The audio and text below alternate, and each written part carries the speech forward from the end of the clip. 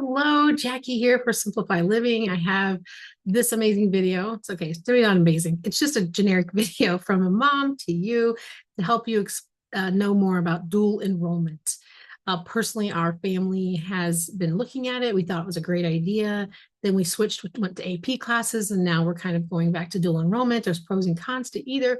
Make your decision what works best for you. Don't forget, especially if you're at a brick and mortar school, check with your school. If you're a private school, charter school, whatever you're doing, who is ever doing your transcript, talk with them, probably starting your freshman year about dual enrollment, AP classes and such, about credits and, when to do what.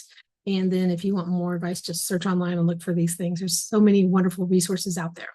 And for my resource to you is just from a mom to you, letting you know what we learned about dual enrollment.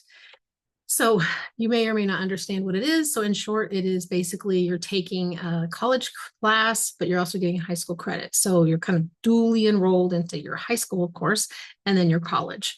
And that's the thing. You have to find a local college. Probably a community school is usually best, but you can go to the four-year major universities and get enrolled into the dual enrollment.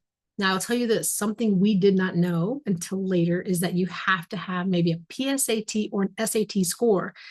Probably the community colleges may or may not need that, but I know the four-year universities are pretty up there with their standard on you being a dual enrollment student and whether they let you do it or not. You have to have some kind of like above a score, like 1,000, 1,100, 1,200. I don't know. Some said 1,360.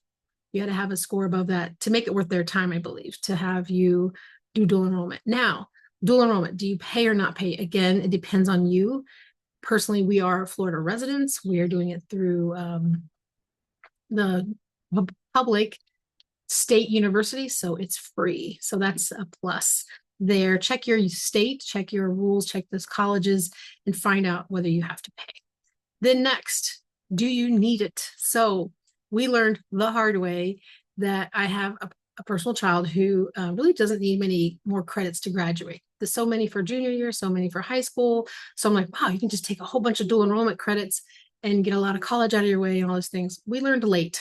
So in middle school, if you're a middle school parent, eighth grade or so, or seventh, eighth, definitely freshman year, check this stuff out. I found out now that my child could have taken dual enrollment since sixth grade. Didn't know that. But it depends on the university. You have to find universities that will allow that. And then again, universities need, most of the higher ones, a four-year, need an SAT or PSAT score, and it has to be a certain score. The other thing we learned was that we're with a private school, and the private school says you can only take dual enrollment for the classes you need for credits to graduate.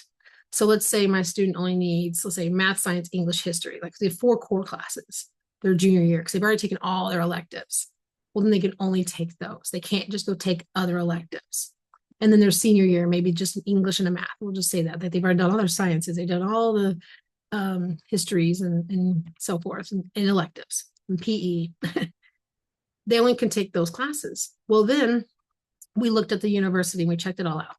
The universities, the one that we chose, had this little rule that they will not allow the freshman college English, like Comp 1, Comp 2, as a dual enrollment, online dual enrollment class. I think you could take it if you go to the university and do it in person. So again, there's so much out there and you have to really research and check this out.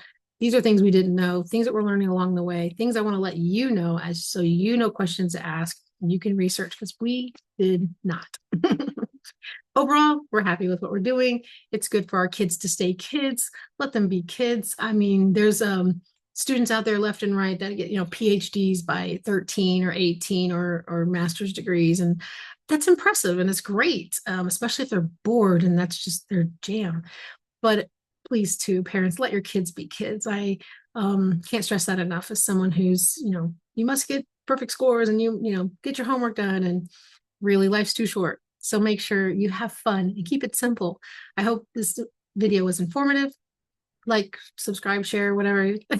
My main thing is just mom to mom or mom to dad or mom to guardian or even mom to student. Maybe you're a student watching this video. I hope that was informative. If you have any questions, comments, let me know because I probably talk fast and may not have made full, complete thoughts and answered all your questions. So I'm here. Keep in touch. Bye.